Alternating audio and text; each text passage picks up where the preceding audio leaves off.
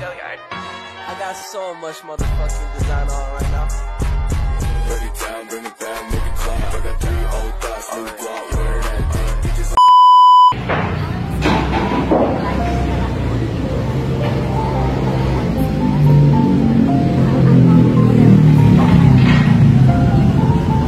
Oh iya teman-teman, sebelum aku memaparkan materi pembelajaran, di sini ada sasaran serta tujuan atas video pembelajaran yang aku buat.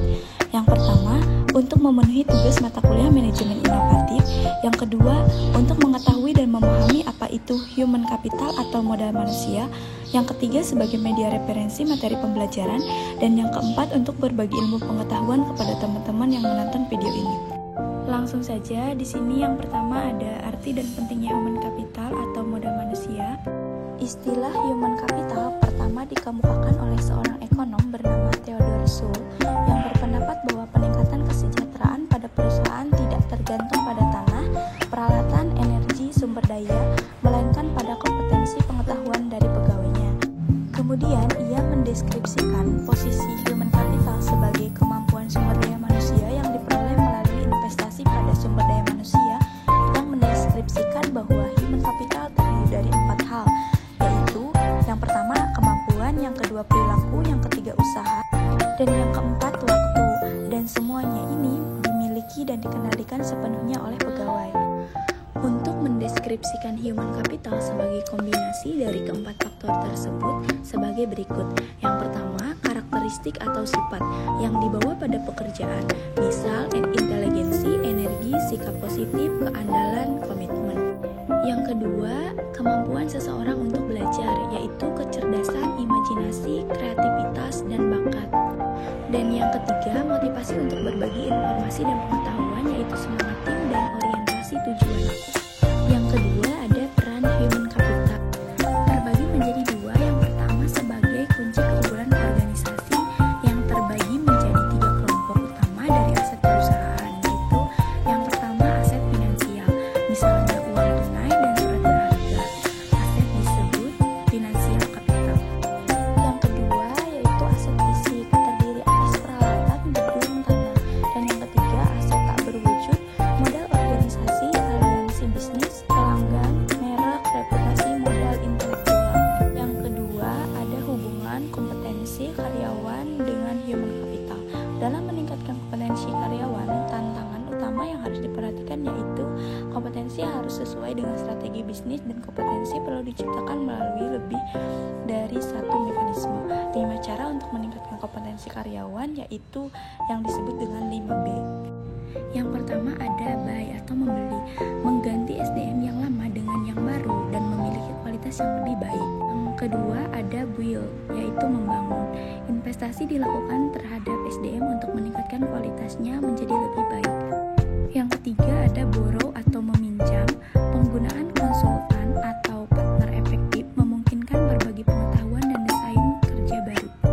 Yang keempat ada bin atau mengikat karyawan jangan keluar, merupakan tindakan kritis pada semua tingkatan. Dan yang kelima ada bunch atau melambung, perusahaan harus mengeluarkan karyawan yang bekerja di bawah standar. Selanjutnya materi ketiga ada transformasi peran divisi SDM. Model konseptual yang dikemukakan oleh Ulrich menggambarkan bahwa transformasi divisi peran SDM yang didasarkan pada 2 dimensi utama, yaitu dimensi operasional dan dimensi strategi. Dari 2 dimensi itu muncul 4 peran SDM, yakni yang pertama strategi partner, yaitu departemen SDM harus mampu menjadi partner bagi manajer lini dan manajemen lainnya dalam mengeksekusi strategi dan membantu merealisasikan perencanaan.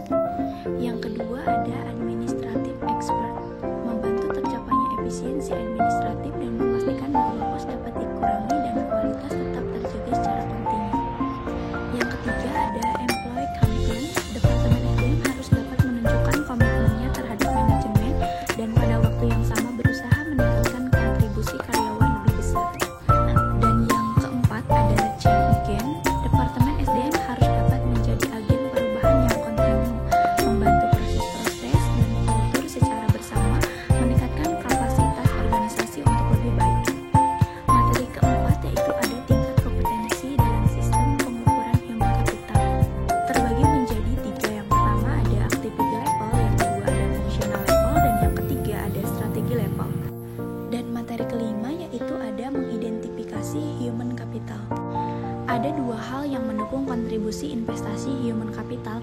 perusahaan. Yang pertama, karyawan dengan human capital tinggi lebih mungkin memberikan layanan konsisten dan kualitas tinggi, sehingga perusahaan tempat mereka bekerja dapat mempertahankan pelanggan atau menarik pelanggan baru. Yang kedua, pelanggan potensial dapat menggunakan kualitas human capital dari karyawan perusahaan sebagai alat penyaring untuk memilih layanan yang mereka sediakan. Dan untuk keberhasilan perusahaan, proses atau bisnis apapun tergantung pada 3 keterampilan, yaitu yang pertama ada commodity skill, yaitu kemampuan tidak spesifik untuk bisnis tertentu, dapat langsung diperoleh dan lebih kurang sama nilainya bagi setiap bisnis, misal kemampuan mengetik, kemampuan komputer. Yang kedua ada leverage skill, yaitu pengetahuan yang meskipun tidak spesifik untuk perusahaan industri, tetap relevan, lebih berharga dari perusahaan tertentu daripada perusahaan lain. Misal programmer di bank berbeda nilainya dengan programmer di perusahaan komputer. Dan yang ketiga ada proprietary skill, yaitu pengetahuan spesifik bagi perusahaan, misal hak paten dan merek.